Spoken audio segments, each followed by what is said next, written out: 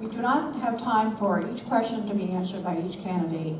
So if you have a question, if you have anybody in particular you'd like to answer, hopefully each candidate gets to answer at least one question. So does anybody have any questions? Do you name two things you fix about the map right now? Who do you want to answer the question?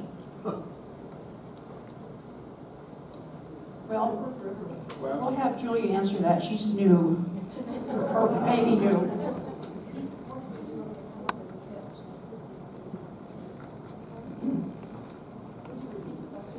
The question was, Brian, would you repeat your question? What two things would you change about the map?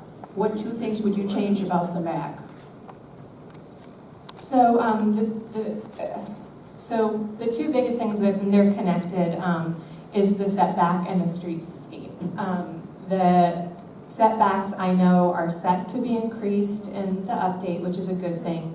Ideally, I would love to see a 33-foot setback to allow for the streetscape, which is needed for more pedestrian-friendly community and walkability. And that would mean, you know, a 10-foot sidewalk. So the streetscape and the setback are connected.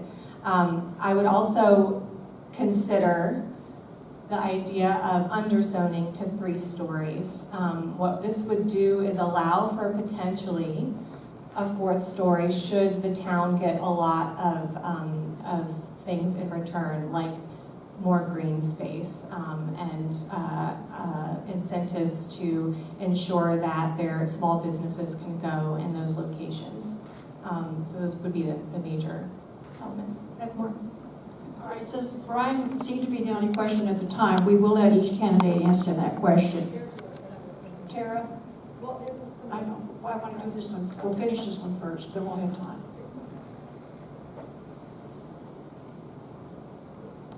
All right, so 2 things that I would change about the map. First, I would increase the amount of green space, whether on the property or proffer to allow additional green space within town, given the size of a property that is being redeveloped.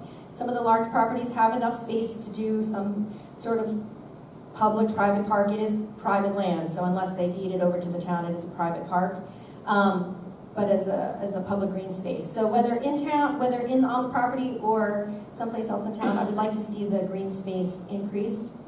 I would also, similar to Julie's, I would like to see the 4th story of a project pushed back so that, one, it reduces the size of the 4th story, but it also gives the appearance of a 3-story building to pedestrians who are walking next to the building so that it feels more person-sized and doesn't feel quite so big as a 4-story would.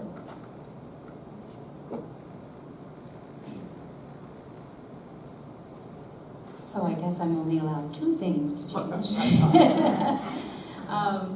Fair enough. I think that density being a huge issue with these new buildings that have already been approved by the town council, I think I would love to see the overall lot coverage allowance be reduced. That will allow for more green space naturally. And the building heights are currently 54 feet with an additional 115% for parapets, bringing it up to 61.8 feet maximum building height.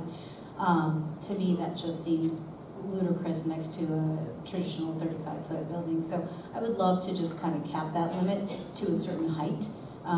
You know, I'll let the developers worry about how many floors they want to stick in there, but, you know, we can reduce the overall height to 50, 54, make it a little bit more reasonable and to scale for Maple Avenue.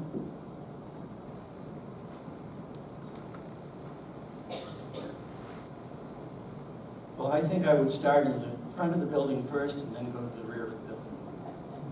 The front of the building is, in my opinion, too close to the sidewalk in order to be able to meet demands that are going to happen within the next 20 to 30 years. There will be different forms of transportation. There will be different thoughts than there are today as to how we accommodate change. If we have the buildings too close to Maple, there's no room for flexibility. And I think this is a bad mistake. We have a big plan about increasing bicycle usage. to reduce the amount of cars on the road. And yet there is no provision at all for bicycles on Maple Avenue. The sidewalk is not big enough to accomplish it, and any of you who have gone to Europe know fully that even in a very ancient city, you can accommodate bicyclists in a very safe way, and we need to be planning that. And that would be the first thing that I would look at, would be bigger setbacks, and that would be in the form of sidewalks and bicycle compatibility. In the rear of the building, I think we are losing the spirit of neighborhood compatibility. The buildings are far too close to the neighbors behind them. A building 62 feet high, 170 feet away is okay. I say it's not okay. If you lived anywhere near there and you had a building that high, 170 feet away from you, you would have lost all the views you had. You'd lose sunsets, maybe sunrises, but you would be canyoned in, and that shouldn't happen, particularly when the intent of the MAC was to protect abutting neighborhoods and also to promote small-town character. Buildings that high do not promote small-town character. When you look out your kitchen window while you're doing your dishes, or if you're on your back porch and you're sitting there trying to relax, and all you see is a bunch of windows or decks and people looking down at you. It's a huge change in lifestyle for Vienna, and I think it needs to be tempered down. I think it needs to be looked at. I think we need to go back to the original intent so that it does not happen. Thank you.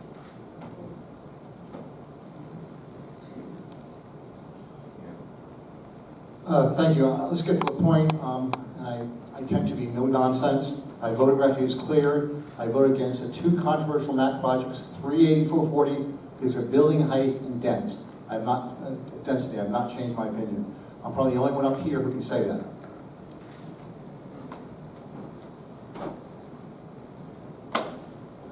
Just stay here. So Brian, to answer your question, number one is the size. We have to be 3 floors. We have to learn from the car wash and the Chick-fil-A. I mean, that has taken over that block, and we have to be smart about the size of the buildings and how it's going to impact our neighborhood. The town council voted 7-0 for that building, and you could see, obviously, that that was not going to fit into the town of Vienna with the character that we have here. The second one is the green space. That's absolutely misleading with the green space. Having a courtyard up on the second floor that no one can see, facing the east, that the neighborhoods can't even block their wall of windows. The parking lot, that does not count as green space. Private space does not count as green space. So we have to look at the green space, we have to look at the building size and make sure that those are right for Vienna.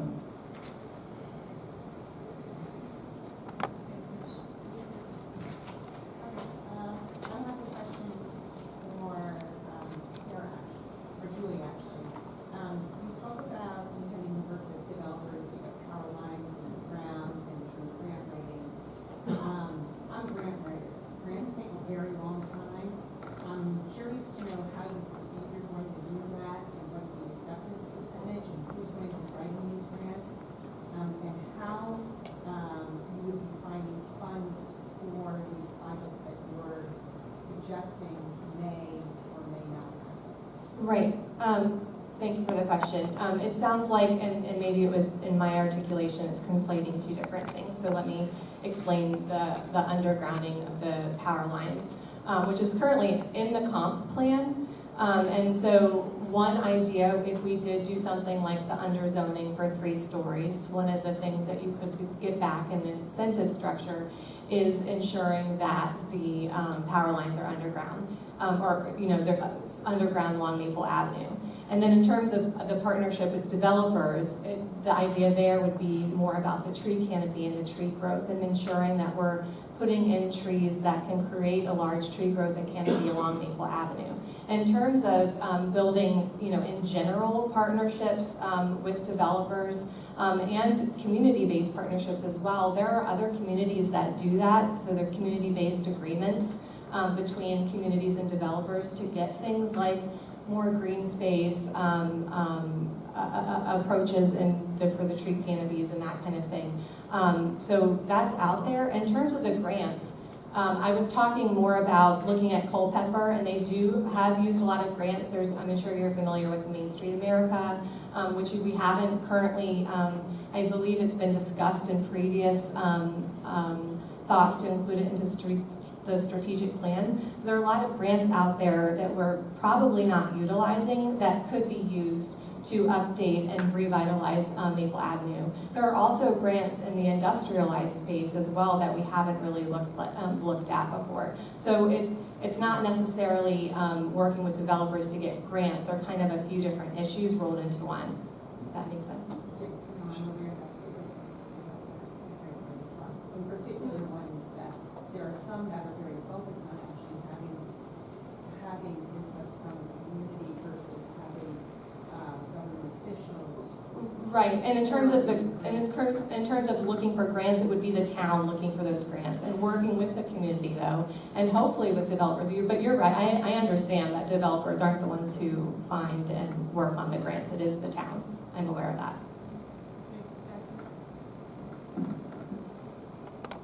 I'd really like to ask all the candidates this, but if I had to choose only one, I would say Tara.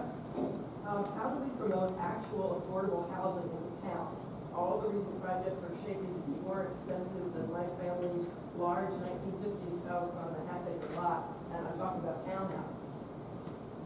So I think in order to have that, it's a policy that has to occur within the town. So as a town, we have to form a policy that we want affordable housing, and it has to be part of the comp plan.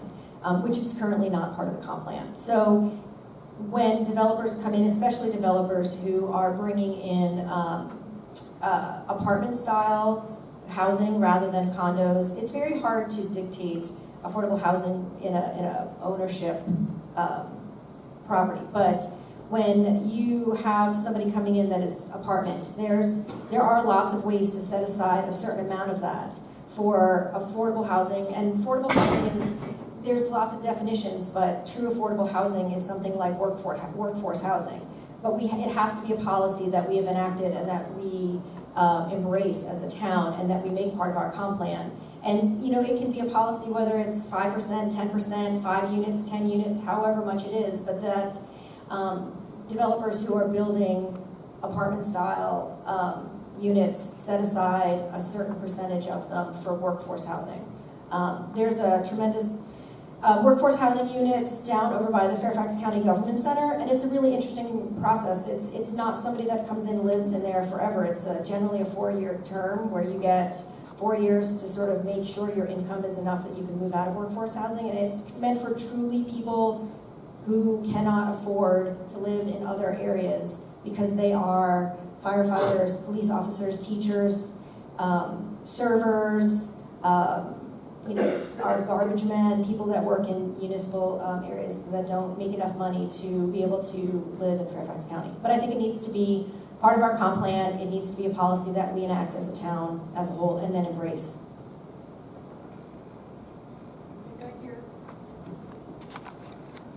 We all know that we need a parking garage somewhere, but does anyone have any idea where it could be? Howard, can I answer that first?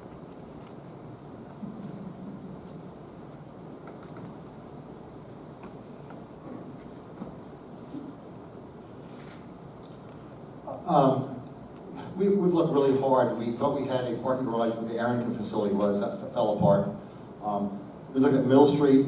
I was opposed to that, and that blew up on our face. I won't go into detail. That was a bad decision. We're going down there. We're currently looking at the library and some other options. We understand this issue with parking. Land is a challenge. The council's been hard at work.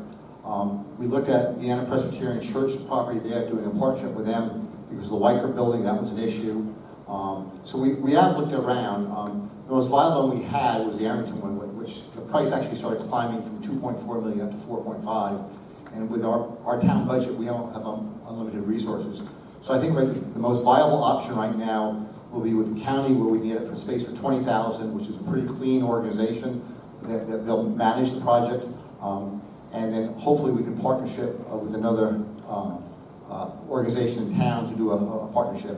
The Mill Street thing, clearly that was, I voted against that. There were 5 reasons, and it blew up on our face. Every reason I talked about occurred. But I want to move forward. We need to get parking.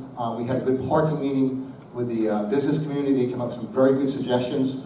Running out, if you had 100 spaces, if you had 20 spaces, I had 5, we can share them back and forth.